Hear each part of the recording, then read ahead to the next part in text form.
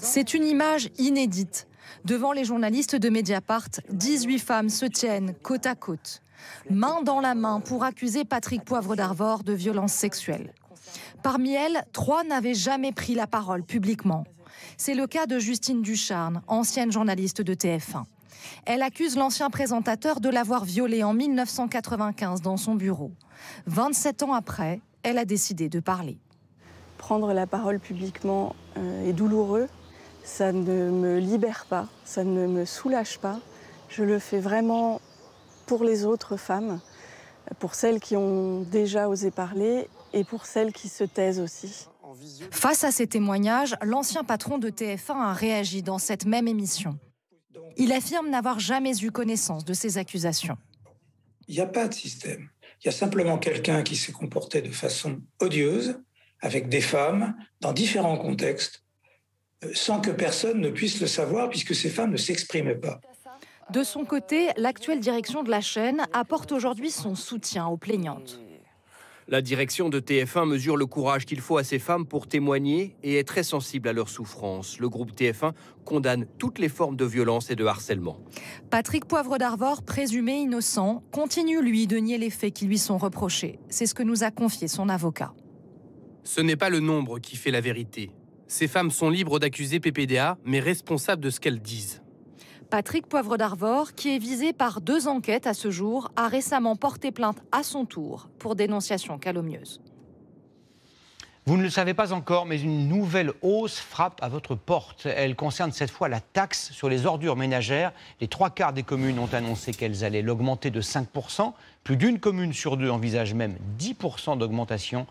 Pourquoi donc? Valentin Després, Bertrand Lachat et Patrick Ninine ont trouvé la réponse à Argenteuil, près de Paris. Dans les rues d'Argenteuil, c'est un service de plus en plus coûteux pour les habitants. Le ramassage de leurs poubelles. En octobre prochain, la taxe sur les ordures ménagères augmentera ici de 15%. Bernard a fait ses calculs. La sienne passera de 214 à 246 € par an. Il faudrait que ça s'arrête un jour, parce que là, ça ne va pas le faire. Mais vraiment, c'est un service qui est indispensable et qui... On n'a pas le choix. Ouais, on n'a pas le choix, ouais. Alors pourquoi cette taxe flambe-t-elle autant? D'abord, à cause de la hausse du prix du diesel, qui fait rouler les 55 camions de l'agglomération. En 2021, nous avions consommé un budget de 400 000 €. Et pour cette année, on prévoit 525 000 €, soit plus de 30% d'augmentation. Et les ordures ménagères, il faut bien les traiter. Dans cette usine, plus de 200 000 tonnes de déchets sont incinérées chaque année.